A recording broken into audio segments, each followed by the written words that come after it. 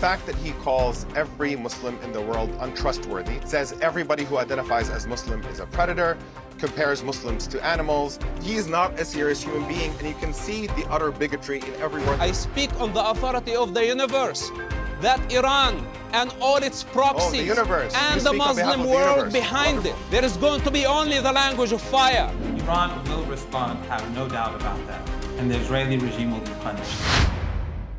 For decades, Iran has used its militias to antagonize Israel by proxy and to protect itself from its sworn enemy, the United States. That strategy has now been obliterated, along with Hezbollah's entire chain of command.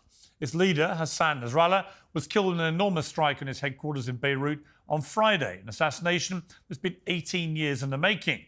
You wouldn't know, though, from some of the commentary this weekend, but Nasrallah was a terrorist. He propped up Assad's murderous regime in Syria. He trained fighters in Hamas, as well as violent militias in Iraq and Yemen. He ordered strikes on Israel in the immediate aftermath of October the 7th.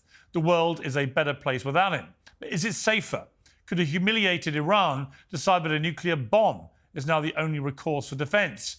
Israel's just announced that it intends to launch a ground incursion into Lebanon, and it could start as early as today. Meanwhile, 1 million Lebanese have already been displaced by the escalating conflict, which is 1/5 of the entire population. The civilian death toll is rising. The war in Gaza rages on. Nasrallah has met a deservingly grim end, but the crisis in the Middle East may have only just begun. In a moment, I'll be speaking to the Iranian-American academic, Professor Mohammad Marandi, who's in Beirut. But first, returning to Uncensored to discuss the fallout, the son of Hamas's founder and former Palestinian militant Mosab Hasan Yousef and the Palestinian-American commentator Omar Baddar. Well, welcome to both of you. Mosab, let me start with you. Your response to the killing of Hassan Nasrallah? Well, you know, Hassan Nasrallah, his hands are stained with blood.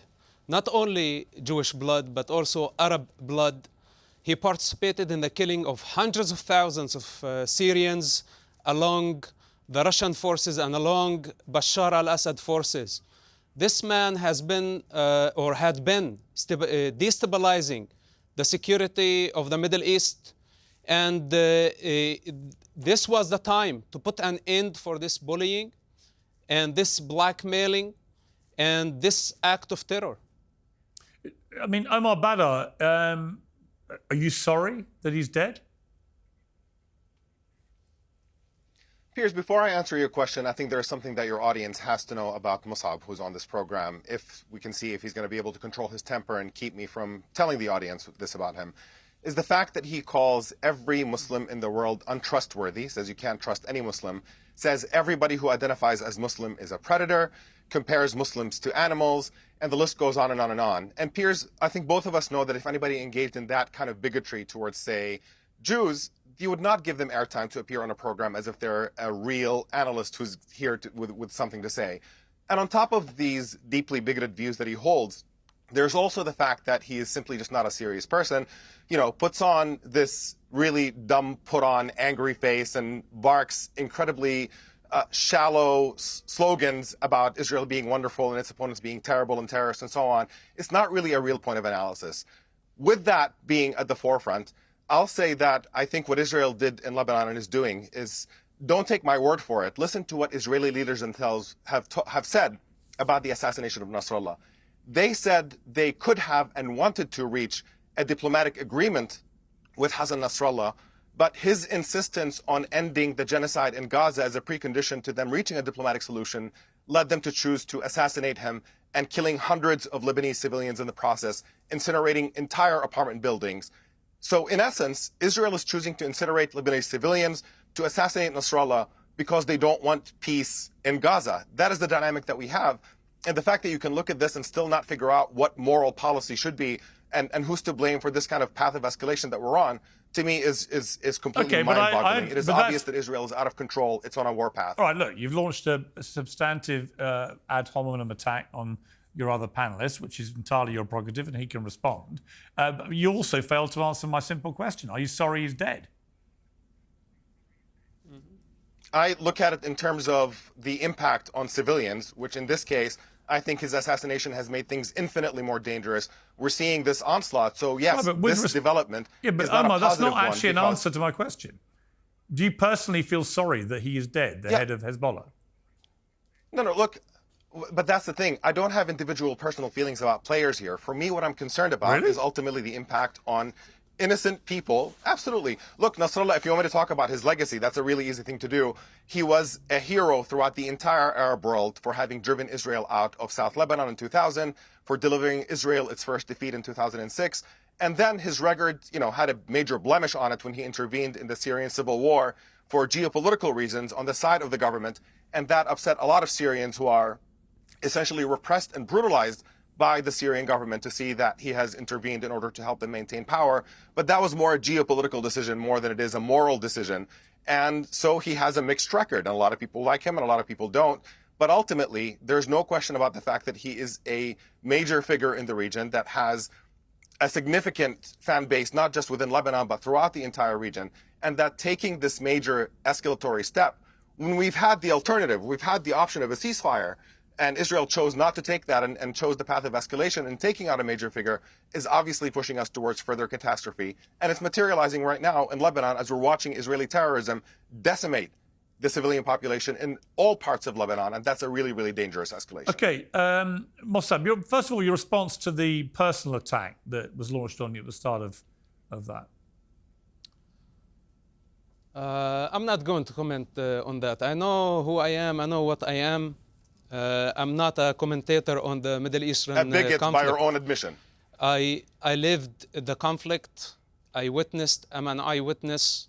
I lived half of my life in what's so-called Palestinian society, and I spent the other half of my life with the Jewish community. When I speak on the authority of experience that is representing both cultures. One culture is a culture of death that has been sacrificing children for political and financial gain. And Omar is coming here to the West, carrying the false Palestinian identity, hiding behind a couple of Western values, trying to manipulate and deceive American and Western audience by showing somebody like Hassan Nasrallah and Ayatollah and Sinwar and the rest of the proxy leaders. These people are reckless. They started the war on October 7, and Israel had the right to defend itself. And Hezbollah has been launching missiles on civilians. They just killed 12 children as the whole world is watching on a playground. And that was Druze community, which is a great part of the Lebanese community. And no one leashed Hassan Nasrallah. How many times Omar and Mustafa's and Muhammad's complained or protested against Hezbollah aggression, taking advantage of Israel bleeding in the south? I'm sorry. And he was totally mistaken. And Mustafas and Muhammad? Hassan What are we referring Nasrallah to? today, this is his punishment. Israel is legitimate when I stand for Israel. Why do I stand for Israel? Because Israel is the most legitimate ethnic group in the region, with evidence, overwhelming evidence to relationship to that land. Yeah. Omar and the Muslims serious have been conversation. trying for the past 1400 years to delegitimize and annihilate the Jewish people from that land. And they hate it so much that Israel is showing resilience and strength. You ask Omar if he's sad. Omar is mourning. Hassan Nasrallah is his hero. So let me tell Omar and his likes, listen, you cannot rewrite history. And when I speak, I don't only speak on my own authority, I speak on the authority of the universe, that Iran and all its proxies and the Muslim world behind it. No, this is a very, very serious conversation. Back off. There is going to be only the language of fire. And you can sit here in the West pretending to value the Western ethics. You are a liar with a false identity and your religion. All right. And your entire population. Let me get a have time. no respect. Let me call a timeout here. Omar, you can respond to this. I'm going to just go to the Professor Marandi for a moment to get his response to this. I will come back to you. What I would say, though, is you did choose to start the whole debate with a quite lengthy personal attack on Mosab. It's hardly surprising one he that would is return the 100% favour. merited. I That's the difference, Piers. personally would but prefer. That's the difference, Piers. I'd like That's all the guests Piers. to try He's and talk about the issues. Openly bigoted. No. There's a difference between me pointing out the fact that he openly says that all Muslims are evil in comparison to animals and engages in all kinds of the worst kind of bigotry imaginable, and him just inventing nonsense and just leveling it at me. By the way, I'm a secular agnostic. I'm pretty open about that. I've written about it. I don't know what he's talking about with the Mustafas and Muhammads and whatever. Just you can see the bigotry in his engagement and about the Arab culture of death. In one breath, he says openly that the entire Arab world is made up of 300 million clowns. That is a direct quote of his. And on the other, he's feigning concern for Arabs who die because of Hezbollah. I mean, just the entire thing is just a silly charade. He is not a serious human being, and you can see the utter bigotry in every word that comes out of his mouth. All right. And Look, the fact that he has no serious analysis to offer into I want this to come back. conversation. I want to come back to both of you and talk seriously about what is a very serious situation. It's been reported tonight that Israel is planning to launch an incursion, as they put it, a limited ground incursion into Lebanon, perhaps as early as tonight. This is obviously a massively important moment in this conflict. So let's try and talk about that when I come back. I know I just want to bring in the Professor Mohammad Marandi. He's been on Uncensored before. He's currently in Beirut. Professor, thank you for joining me. First of all, do you mind me asking why you're in Beirut? When the Israeli regime carried out a major atrocity on the first day of bombing, killing well over 500 people, I decided to come here, and I thought it would be best to be here to help be a voice for the people of Lebanon. And actually, I was in the building where I was staying when the attack occurred on Sayyid Hassan Nasrallah and the 6 towers, residential towers that were all destroyed, killing hundreds of people. It was about 1,000 meters away. I know that neighborhood well because during my sabbatical in Lebanon in 2011 and 12, I lived pretty close, and I walk there and I drive through there, and the Israelis massacred hundreds of people. And in the West, you don't stress that. I think there were 83 missiles, each 1 ton. And it's unbelievable how immoral the Western elite has become, that they're gloating over this attack. After a year of genocide and Holocaust in Gaza, and now slaughtering people in Beirut day and night. After the attack on Sayyid Hassan Nasrallah, hours later, they said they're going to strike 3 other places, and they struck 12 or 13 in southern Beirut. People were terrorized. No one knows how many people have died. And this is, of course, the legacy of Western colonialism and the Israeli regime, an illegitimate regime. There's a paradox here. On the one hand, they are your chosen people. On the other hand, you're a secular Western political order. We don't know what to believe when it comes to the West. On the one hand, the Israelis who are from Europe and other parts of the region and far less Semite than Palestinians, they have exceptional rights. They can slaughter people, as they've done in Lebanon before Hezbollah was created. Hezbollah was created as a result of the Israeli regime's occupation of Lebanon and the taking of this very same city that I'm in right now, Beirut. It was created as a result of the occupation. And they drove the Israeli regime out. And the Israeli regime during the occupation in 1982, they and their allied militias, they slaughtered in a refugee camp pretty close to where I am right now. They slaughtered 4,000 people within 36 hours, up to 4,000 Palestinians and sub-Lebanese. So this genocidal behavior of the Israeli regime began far before Hezbollah was ever created. Okay, listen, I gave you a long chance there to respond because I'm genuinely interested in what you have to say, and I mean that. Hezbollah, as you know, along with Hamas, they are wedded to the destruction of Israel, and Hezbollah's response to October the 7th was to immediately unleash a lot of rockets at Israel in solidarity with what Hamas had done in Gaza. If you're the Israeli government, and you've just been on the receiving end of one of the worst terror attacks of modern times, with 1,200 people killed, with nearly 7,000 more wounded, in an utterly horrific and barbaric series of attacks from up to 3,000 people coming over your border. And then the response in the north of your border is for Hezbollah to unleash a lot of rockets at you and then to carry on doing that for the next calendar year. At what point did you not think that Israel's going to respond? And whether you agree with what they've done or not, the military success, and I'll phrase that exactly as I've just phrased it, the military success of what they have achieved against Hezbollah in the last 10 days by the pager attacks on 3,000 members of Hezbollah, by taking out now the leader of Hezbollah and many other commanders, by taking out the Hamas leader in Lebanon. You cannot dispute the military success. And what I'm curious about with Iran is where is the response? You know, Iran helped create Hezbollah, helped train Hezbollah at the start. Iran has funded Hamas, funded the Houthis. Israel has now, you know, if you look at this purely objectively from the outside, from a military point of view, is having a lot of success against Iran-backed groups. Where is Iran? Why is it not responding? Many people think it's because actually Iran doesn't have either the ability to take on Israel or the desire to. First of all, I think that you have to keep in mind that from my perspective, the Israeli regime cannot respond legitimately because the regime is illegitimate.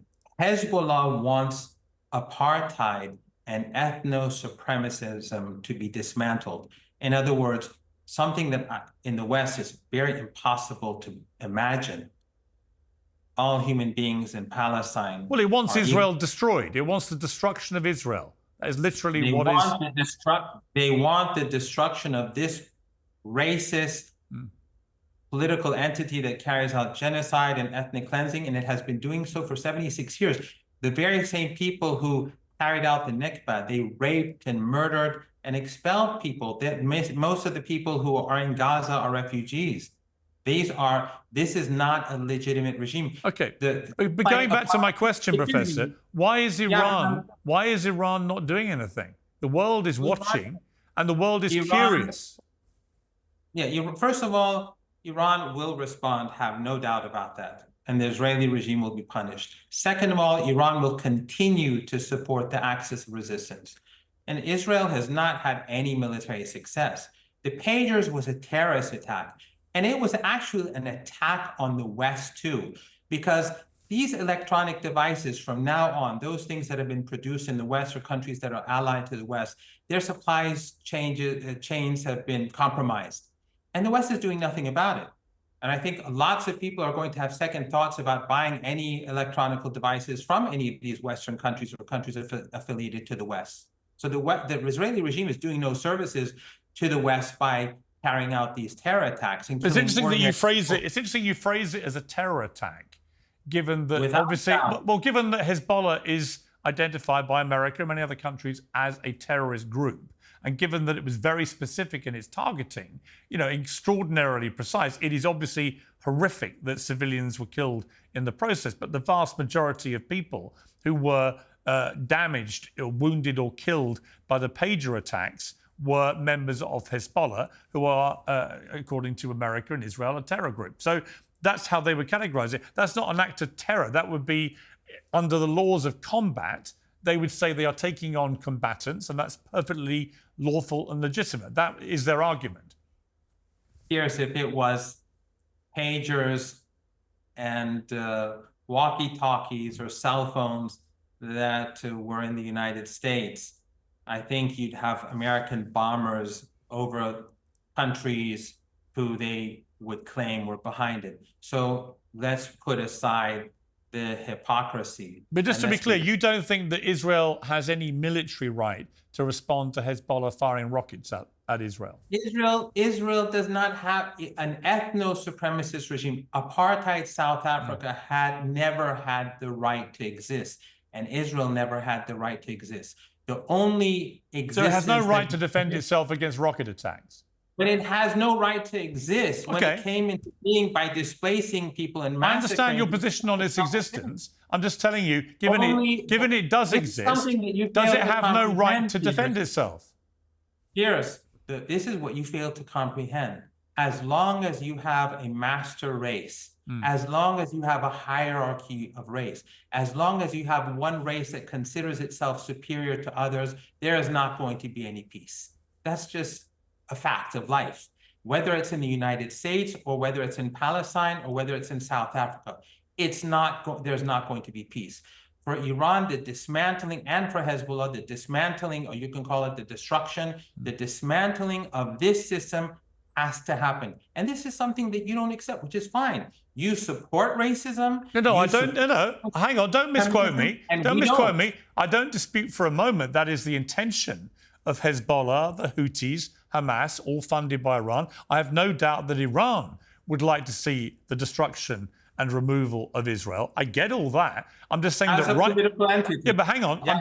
I'm just saying that right now it looks like Hamas is losing, Hezbollah is losing, the Houthis are on the run, and their big backer Iran seems to have disappeared. And I'm looking at this thinking, this is odd. Where is their big backer? Where is Iran, who's been sponsoring and funding all this terror? Where are they when the real action starts? And many people think, like I said, it's because Iran either lacks the capability or the will to try and respond to what's happened. That's what you want people to think. No, it's what people are saying. Well, that's because what there's been no response. Saying, and that is a narrative that you wish to pursue, which is fine. But then you're going to be struck with reality ultimately. Nasrallah is not retreating. The Israeli regime and the Americans have failed in the Red Sea. The Nasrallah survived 7 years of genocidal war backed by the US and your government against their people. They defeated the people who carried out the genocidal war. Do you think a couple of airstrikes from the Israeli regime is going to change anything? They will continue to enforce, as they say, Ansarullah in Yemen, enforce the Genocide Convention. And your governments are the terror organizations. They're the ones that are funding this genocide. They're the ones giving the bombs, the bunker busters to go and bomb homes and civilian towers in Gaza. And whenever they carry it out, the Western media will say Hamas strongholds, terror centers, Hezbollah strongholds. Why? Because they want to justify these terror attacks. No, the terrorists are in London and Washington and Paris and elsewhere. But since you think that somehow you're more civilized and that your countries are better than ours, whatever you do has justification. No, the terrorists are the ones who are supporting the Israeli regime and who have been carrying out terror for a year. Hamas, Islamic Jihad, they are the native population that have been brutalized for 76 years, and Hezbollah has been trying to help them. They voluntarily entered this battle last year, Hezbollah, to draw the Israeli army away from Gaza so they would be able to kill less people. They are heroes, contrary to what you say, and your government has been helping the Israeli regime to slaughter. They've been giving them intelligence, political support, financial support, ammunition, and of course the weapons they have to, and most importantly, the intelligence. All of the Five Eyes and Western intelligence and the AWACS that fly and the drones that fly alongside the Mediterranean, both for Gaza and Lebanon, they're helping the Israeli regime carry out its genocide. Isn't the truth about this that there's a massive geopolitical battle of will going on, where you have Iran, you have Russia, you have China dancing somewhere in the middle, and on the other side you have the West, and there's a jostling for power and position and geography.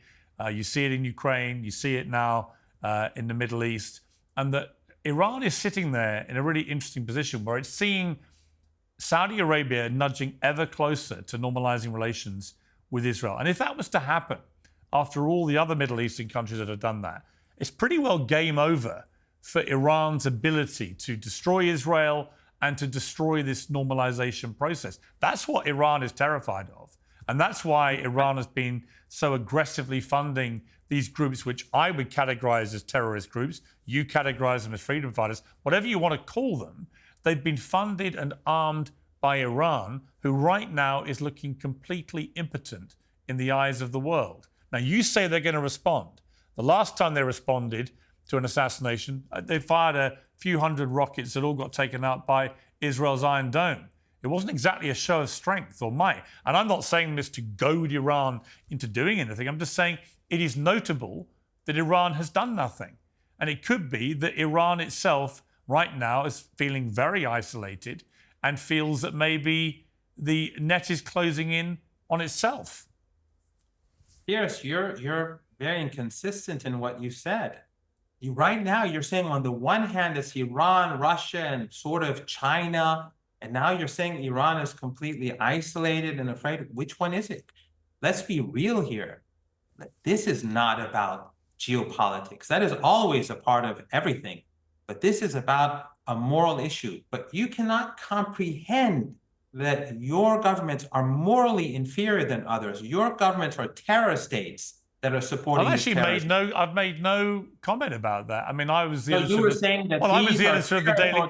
Well, to be clear, I was editor of the Daily Mirror newspaper when we opposed the British government's war in Iraq, for example. Right. So when it comes to my moral view of these things, it may not be as simple as you think. I acknowledge that in our first discussion, and I will not refrain from doing so again. But your government carried out the dirty war in Syria. We know Jake Sullivan, he wrote an email to Hillary Clinton on February the 12th, 2012, that Al-Qaeda is on our side in Syria, a decade after 9/11. What about what Hezbollah did in Syria at the behest of Assad, a dictator? What about killing hundreds of thousands of Muslims? Did you have a problem with that? No, your governments killed hundreds of thousands of people because your government... Hezbollah did too, with Assad's forces. No, your government... No, you don't think that's true? Dirty war. You don't think it's true? Come on, Piers. Come on.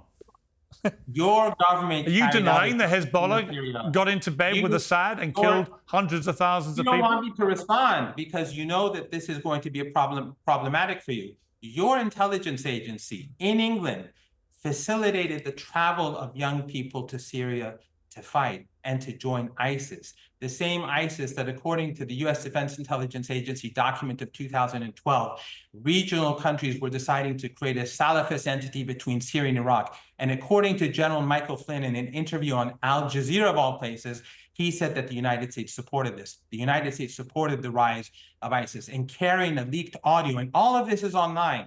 He said we allowed ISIS to advance on Damascus. So your governments are responsible for Syria. Your governments are responsible for Libya. Remember, we came, we saw, he died.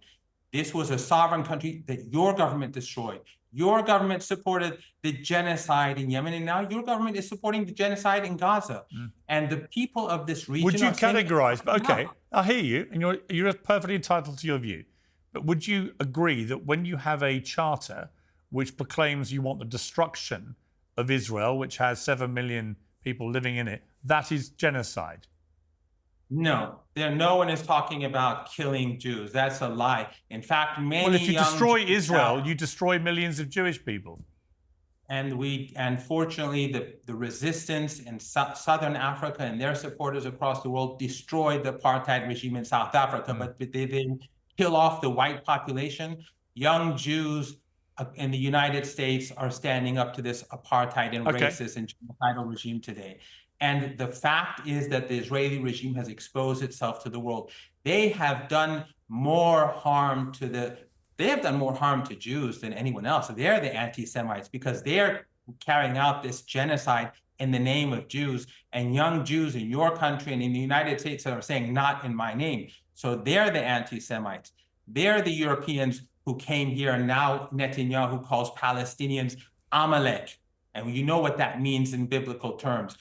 It was the Israeli president who said that there are no innocents in Gaza. It was the Israeli so-called defense minister or terror minister who said, we're going to shut off the medicine and the water and the food, and we're going to starve the people. Shocking statements. I agree with you. And that's what they did. It wasn't, they weren't shocking. I agree with you. And the fact that they were able to do that, genocide, and they're still doing it. Now they want to expand it to Lebanon. I don't disagree with you about the occupation charge, because clearly only an occupying force or country can have the ability to turn on the tap of energy and water and so on. I agree with you. So that makes it a criminal regime that your government is backing to the hilt. So what does that make your government? It makes it a terror regime. Okay. So instead of calling our governments and groups in this region that are indigenous, and all they want is Palestinians to be treated as equal human beings and to bring down this corrupt system, instead of calling them the terrorists, you should call those people who are the terrorists. All I would say is I believe all Palestinians should have exactly the same human rights as any Israelis or anybody else. I completely believe that. Everywhere. Yeah, but I do not agree with your categorization of these groups as resistance. They are terror groups, but we'll have to disagree. They are heroes, and Secretary Hassan Nasrallah was a hero. Okay, he's your hero. To me, he was a despicable terrorist, but we will have to leave it there. Professor Marandi, thank you very much for joining me. I appreciate it. Thank you. Well, let's go back to the panel. I mean, Mosab, that is the Iranian view. He's entitled to have that view. It's interesting for my viewers, I think, to hear that view. But what is your response? Look, the Islamic Revolution leaders, Ayatollah, and before him, Ruh Allah, they have invested some 40 to 50 years into their proxies. And that includes Hezbollah, Hamas, and other proxies in the region. Now, what they see the collapse of their aggression, the collapse and the failure of many, many years of investment. What happened to Hezbollah is shocking to the core. The entire Islamists around the world are seeing the collapse of one of the most funded, equipped military force in the Middle East. And Ayatollah is not far from Israel's reach. He understands this. This is why he retreated after the assassination of Haniyeh. And by the way, I want to ask just a question. Okay? Who killed the Iranian president to begin with? The fact that Israel did not announce that did not mean that Israel does not have any hands in it. So Ayatollah and the other Hamas leaders in Qatar who think that they are immune to retaliation, they're totally mistaken. I said this from day one, and that's based on a personal experience with the Israeli intelligence of more than 10 years, that all Hamas leaders will be eliminated with no exception. Hezbollah, that was surprising to me how fast they actually collapsed. But the Iranian regime is a lot more vulnerable. And the Iranian nuclear program is ought to be destroyed. It's just a matter of time. There is no immunity for these people who have been destabilizing the region, taken advantage of the chaos they create. Then we have the clowns here, what so-called experts coming here in the West, spreading false narrative of occupation and Palestine. And what I say, Palestine never existed except as a colonial entity created by the Brits, lived for about 25 years, a colonial entity. It was never a country. It was never a nation. And today, when Omar and his friends come and say Israel is occupying force, I say, occupying what? If Palestine never existed, how can you occupy something that never existed? Okay, let me bring in. So now they keep on. No, wait. I've got to let Omar now respond. They keep going. They keep. He will have his time. He will have his time. Right. Now we are talking about a false narrative. We are talking about a false narrative. Mosab, you've had a chance to have your diatribe. Okay, Omar, you respond now. You're hearing Mosab here talking about how occupation is all fake and made up and it's whatever. But it's incredible that when you look at what international law says, what the UN says, what the UN General Assembly says, what UN resolutions say in the Security Council, there is a complete and total consensus on the fact that Israel is an occupying power, illegally occupying the West Bank and Gaza and East Jerusalem. The International Court of Justice has come out with an opinion making clear that this occupation is illegal and has to end. So while Mosab wants to pretend that this is something that Palestinians manufactured because he has nothing of substance really to say. The reality is just so obvious and so blatant that you don't even know how to address such a bizarre and ridiculous argument that this is something that Palestinians invented. Palestinians have been there for literally thousands of years. They are the natural continuation of people who have lived in that land for a very, very long time. And yes, it's true, Palestine was never an independent UN member, for example, as an independent country. But by the same token, Native Americans in the United States were never also did not have a state that is a member of the United Nations. It doesn't change the fact that they were living on their own land and that colonists came and take over and drove them off of that land and created a new state on top of them. So Israel was created at the expense of Palestinians. And while you might talk about this militant group or that militant group or what their charter may say about the destruction of Israel, in the case of Israel, it is active policy that we're watching is to destroy Palestine. This isn't theoretical. We're not talking about what their charter says. We're talking about what Israel's doing. And Israel is committing genocide in Gaza. It is building illegal settlements in the West Bank, using unspeakable levels of violence against the Palestinian civilians there, and confining them to smaller and smaller areas. We are watching the destruction of Palestine before our eyes in a way that the entire international human rights community and international law says is completely illegitimate and criminal.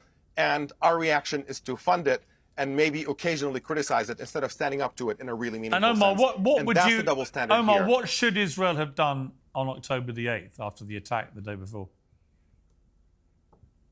In a theoretical world in which I was the Israeli leader on October 8th, what I would do is take on the podium, acknowledge the fact that we've created an unspeakable situation in which violence is inevitable, and I would offer to instantly end the occupation of the West Bank, Gaza, and East Jerusalem, to apply international law and respect Palestinian human rights in exchange for every person on October 7th who engaged in acts of violence against Israeli civilians to be brought before court and put on trial for war crimes. And who would do that? But that's out of the question. Who would have brought 40,000 Hamas fighters to court?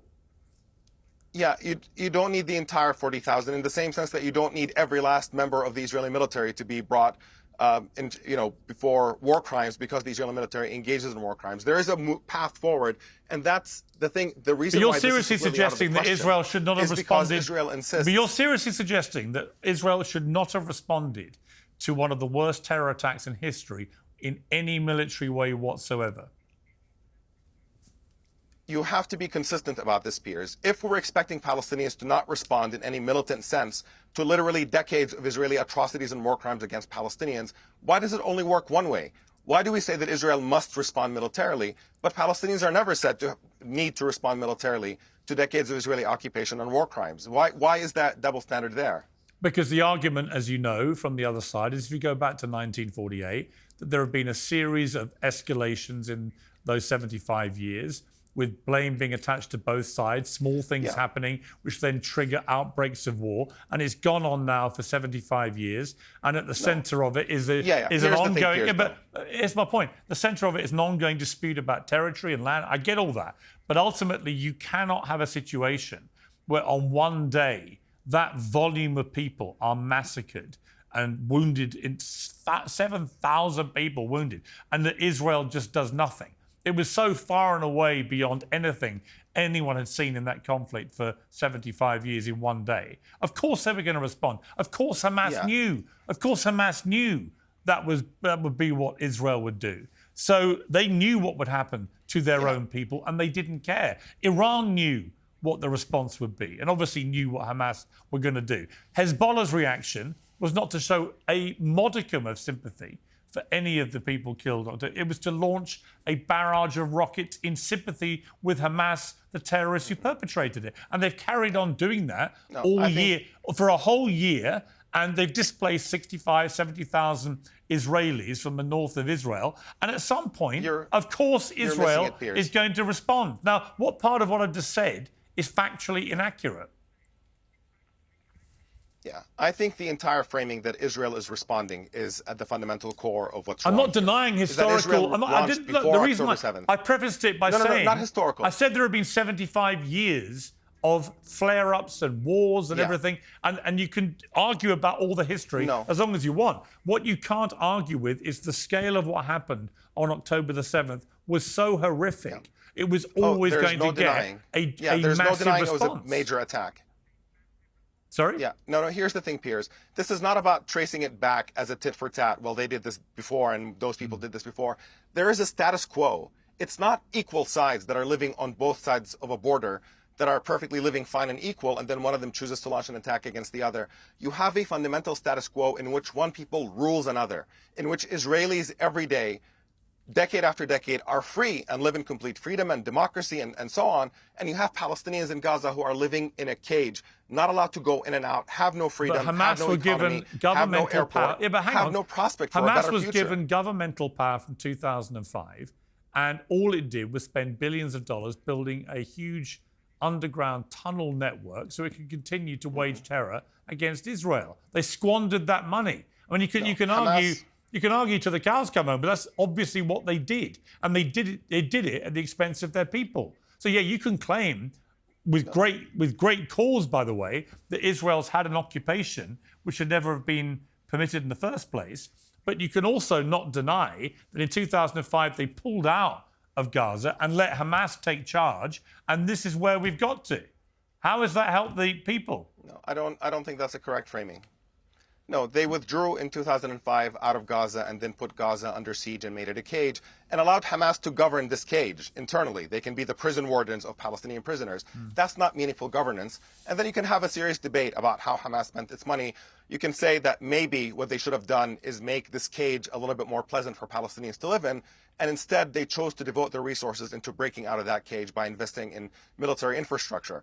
I'm not a fan of Hamas. I don't support them. I oppose their rule. I don't think they're a particularly positive influence on Palestinian society. But at the end of the day, when you're talking about a captive population that Israel has just put in a cage and left to rot, it is natural that people are going to be drawn to more extremist and violent ideologies in order to break to that fundamental injustice. But do you accept, though? But do you accept that's really the reality? Do you accept that you have the three H's, the Houthis, Hamas, Hezbollah, all prescribed terror groups to many nations around the world, all of them funded and resourced by Iran? And do you accept that at some point, when you have that kind of concentrated collection of groups that are wedded to the destruction of Israel, Israel is going to do what it can to try and save itself, right? You can argue about the history as much as you want, but they're going to do that. And what is inarguable, it seems to me right now, what I put to Professor Marandi, is that from a pure military perspective, it would appear that Israel is having enormous success now in taking on Hamas, Hezbollah, now the Houthis, and Iran has disappeared. Iran is doing nothing to defend these groups that it's funded for so long. Now, maybe they will, but at the moment, it looks like either they don't have the ability to properly get involved or they don't have the will. And that could be an enormous transformative revelation for that whole region, couldn't it? Yeah, two things on what you just said, Piers. I think the fundamental reality is that Israel is insisting on a situation of dominance. Again, this is not a status quo in which Israel is just another country in the region. The occupation and ethnic cleansing and apartheid and the genocide now in Gaza are an ongoing process. And Israel has an option. It is true that this has triggered a reaction in the region in which militant groups and movements are emerging and that Iran is indulging those militant groups. They're not proxies of Iran, just for clarity. Ansarullah in Yemen are a genuine Yemeni group. Hezbollah in Lebanon is a genuine Lebanese movement. Its roots are in Lebanon. The same with Hamas in the Palestinian areas. Hezbollah were but it's also true that Iran Hezbollah was is initially created by them. members of the Iranian Revolutionary Guard who trained them. 1,500 members of the Revolutionary trained Hezbollah to get them going. Of course, they're a proxy. Yes, Iran is supporting them in order to get them going. But members of Hezbollah depends what you mean by a proxy. Hassan Nasrallah, who was just assassinated, was born and raised in Lebanon. To me, proxy implies that they're not independent actors. They're just tools that Iran sent into the region. That's exactly what I think Hezbollah's these are actors in the region. No. They are actors in the region that are defiant towards Israeli regional dominance. And because they have a common cause with Iran, Iran is arming and training them. That's the dynamic. And yes, Israel has an option. They can start behaving within the bounds of international law and reach a peace agreement with the people around them and with Palestinians that would then suck all the energy away from these fanatical groups that want to keep fighting. Or Israel can continue massacring Palestinians and taking their land and insisting on pursuing a military strategy against new and emerging military threats. By all means, if you want to do it your way, you have endless war in the Middle East. Well, or you can don't insist say that Israel behaves don't within say international law. don't say it's my way, and then because you can move towards don't say it's my way, agreement. because I see no plan which makes much sense to me about what Israel intends to do with Gaza after this, or indeed what its ultimate plan is for Lebanon. So this is not my way. I'm just telling you what it looks like from the outside, which it looks like Israel is now on the ascendance against its traditional enemies over there, and is having a lot of military success. Let me go back to Mossab. Yeah, You actually predicted that Nasrallah was about to be assassinated. You posted on September the 23rd on X, 4 days before. Let's gamble. Anyone who predicts the day and date of Hassan Nasrallah's assassination will get an autographed copy of my new book, The Last Prophet, $777 in cash. On what day and date Hassan Nasrallah scheduled to meet Allah? I mean, you were right. So putting your predictive hat on again, what do you think is now going to happen? If, as is being reported widely now, Israel launches what they call a limited ground incursion into Lebanon, where is this all going to end? Well, the eyes are not only on Lebanon. The most important target and priority number one is the Iranian nuclear program. This is priority number one. We cannot afford allowing any Islamic entity to have mass destruction weapon, because they are not showing responsibility. They have been bullying, they have been intimidating other religions and ethnic groups. The Islamic hatred against the Jewish people is evident. And of course, many people can hide behind the Palestine as a device to express their anti-Semitism, to inflict pain on the Jewish people after they suffered a genocide on October 7, which, by the way, by the definition, the only genocide was committed is on October 7. What's happening in Gaza is not a genocide, it's collateral damage. It's the use of human shields that has been justified by Omar and many advocates on behalf of Palestine, who think that the use of human shields and kidnapping people and raping and looting and the calls for annihilating of the human race is That's a disgusting form accusation. of resistance. That's completely baseless. I've never This is justified their, any of these you things. shut up. You shut up. It's my turn now. Yeah, So yeah, now, by all means, yeah. the thing Unhinged. is, Go on with your unhinged rambling. Go for it. invert the narrative. They invert the narrative. Every time they suffer a defeat, they call it a genocide. And we say, no, there is a big difference between defeat and a genocide. You started this war and you killed Jewish people on October 7 by the name of Allah, not by the name of Palestine. Then the entire Muslim world backed Hamas in a global offensive against the Jewish people, a small minority that is resilient to time, with overwhelming evidence in relationship to the land, the only indigenous people to the land who did not oppose allowing the Arabs to stay in the state of Israel. This is why we have 2 million Arabs in Israel. So now, to accuse Israel that's of ridiculous. ethnic cleansing, Israel was to established by accuse ethnically Israel of cleansing genocide, Palestinians. That's how while they you became are a the Jewish state. perpetrator. You are the perpetrator. Why are you interrupting me? I listened to your false narrative all the way until the end. No. Go so ahead. this is the time to sit down and listen. Carry on. Sit down you're right. and listen. Carry on with your nonsense. This Go is ahead. your mastery, inverting the narrative. This is what you do best. You are the perpetrator, then suddenly you become the victim. And I tell you something, Iran will be punished. Everyone who's standing behind terrorism, Hamas is a terrorist organization designated as a terrorist organization in the United States. You cannot be American and supportive of Hamas. You say you are not a big fan of Hamas, but you are a big fan of Hassan Nasrallah. Hassan Nasrallah killed many Americans, hundreds of Americans. Hassan Nasrallah is a criminal, Ayatollah is a criminal, and whether you come by the name of Allah or by the name of religion, it doesn't matter. Justice must be delivered. What happened on October 7, it's not about how many Jews were killed. We cannot agree to that. Nobody in the free world would agree on Hamas aggression that was documented by their own cameras. And of course, we will have to go after them. Otherwise, if I to listen to you, earth will be corrupted. If I to just follow your logic that Do you hear the yourself? war started Honestly, Mosab, do you before, believe anything in that you're saying, or do you 1948. just vomit nonsense The war nonstop? started 1400 years ago. Your mosque in Jerusalem is built on the top of the Jewish temple. You go below the mosque and we have all the evidence. You don't have the right to delegitimize Israel as a nation.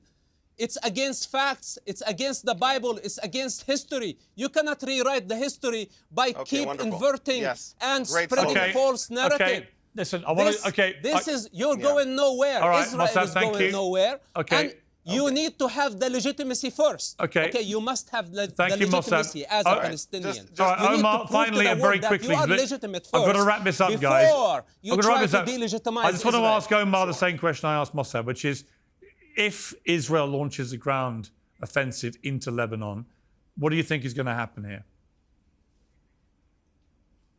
Yeah, just very quickly, I'm going to say that Mosab just all he does is level ridiculous, baseless personal accusations about what I think and what I do, and it's just, again, not a serious argument. Israel was established at the expense of Palestinians. In order to create a Jewish state, they had to ethnically cleanse hundreds of thousands of Palestinians out of their homes in order to manufacture that demographic reality. That's just a fact. Now That's in Lebanon, false. I think You are this ground false. invasion of Lebanon is going to be Your a narrative disaster. is false. I think you're going. Okay, can you please keep your mouth just zipped while I'm talking, since you made a big deal about you having time? Now, when you talk about what's happening in Lebanon, I think this ground invasion is going to be a disaster for the entire region. I think they're going to try to turn South Lebanon into another Gaza. I think they're going to engage in a massive, unspeakable scale of violence. And I think that even though Hezbollah's leadership has been decapitated, there are still plenty of soldiers on the ground who are far better trained than Hamas fighters. And so we are in for an absolutely bloody mess that increases the chances of it developing into a major regional war very significantly and seriously. The level of atrocities that we're about to witness in Lebanon is going to be beyond the horror that we saw in Gaza. And again, the fact that nobody's restraining this fanatical Israeli government from this path of death and destruction is an extremely disturbing development that is really pushing the entire region towards the cliff. Okay, I've got to leave it there. Thank you both very much. I understand passions run high on this issue, but I appreciate you both coming together and debating this, and we'll see what happens. I hope you're wrong, Omar, I really do. But I fear that things could get a lot nastier before they get better, but I hope not. Thank you both very much indeed.